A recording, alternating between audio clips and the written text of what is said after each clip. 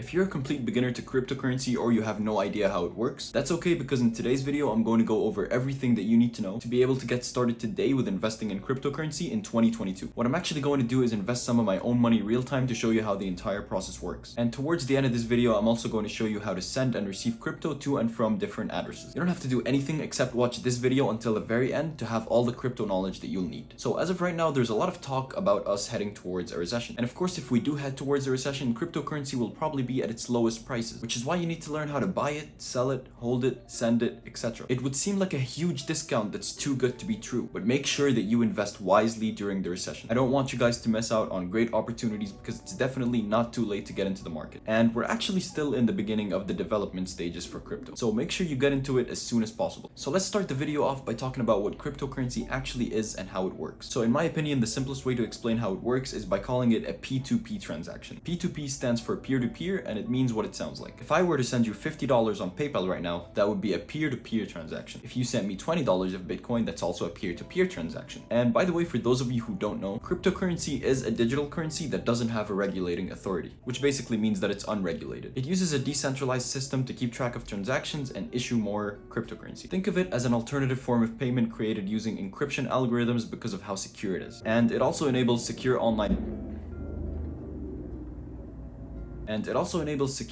payments without the use of any third parties. So for today's video, I'm going to be using Binance on Google Chrome on my computer so that I can show you how I invest money into crypto and how it all works. Alright, so if you're in the US, then you'd have to go to Binance.us. If you're in any other country that's not the United States, go to Binance.com. And then you'll click register to make your account, or log in if you already have one. So I'm in my Binance account now, and if you click on the markets button here, you'll see all the cryptocurrencies available to trade on Binance. Go through all of them and decide for yourself what you want to buy. I personally recommend staying on the safer side and going for Bitcoin, Ethereum, or BNB. So the next thing you'd want to do is go to the buy crypto button right here. You're going to see 4 options: bank deposit, credit/debit card, cash balance, or P2P trading. You can choose whichever one is most suitable for you, but in my case, I like to go for P2P.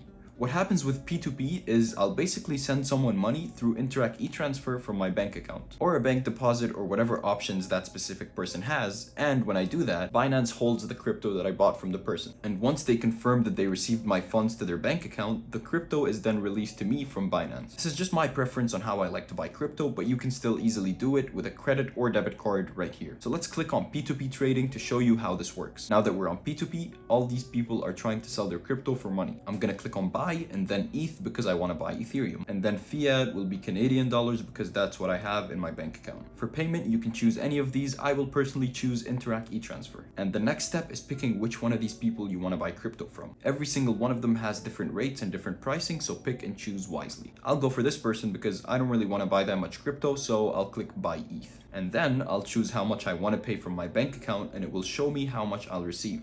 And then I'll click buy ETH again. I can't really show personal information on the next page here, but what happens is this person will send me their bank information and where they want me to send the money. And by the way, as soon as you click buy ETH, that amount of crypto that you choose is automatically held by Binance for now, while you send the money so that you don't get scammed. I'll then send the money and click on a button that says transferred. Once the person receives the money, which should take around 30 minutes, sometimes it takes even longer, they will click on a button called received. And then your crypto will be released right here to your wallet in the funding section. You then want to click on transfer, change it to from funding to fiat and spot, because this is where you can trade or send your crypto elsewhere, or just store it in general. Choose the coin, in my case it's ETH, and then click on confirm. Now go to your wallet, go to fiat and spot, and your money will be right here in Ethereum or any other coin that you bought, and it's that easy. Now that you have your crypto, let me show you how to send or receive crypto to or from other people. So you have the deposit button and the withdraw button. The deposit button is basically the receive button, so if someone wants to send you crypto, you'd go on the coin and they'll send you, and then click on deposit.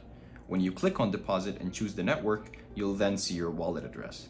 Your wallet address is a long series of numbers and letters that you can share with other people.